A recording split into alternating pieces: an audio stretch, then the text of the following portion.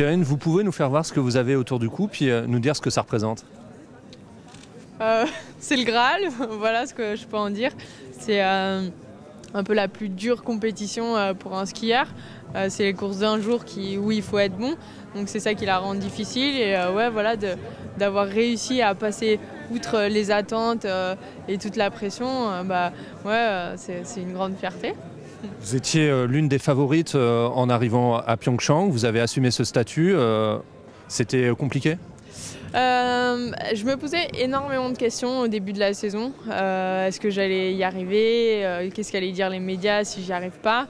Et en fait, du coup, j'ai vachement sollicité ma préparatrice mentale. On a mis plein de choses en place qui ont fait que je suis arrivée sur les Jeux sereine et que j'ai un peu oublié toute cette pression de résultats.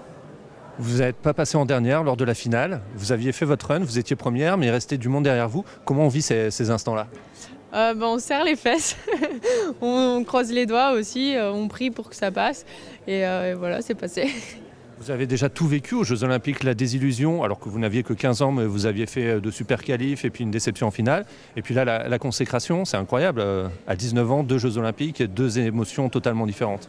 Oui, voilà, j'ai su me servir de l'expérience de Sochi, d'un peu tout ce que j'avais pu vivre pour arriver bien plus performante à Pyeongchang. Et voilà, l'expérience de Sochi m'a permis un peu de décrocher cette médaille à Pyeongchang. Quand on a 19 ans, qu'on est déjà championne olympique, on a encore des rêves?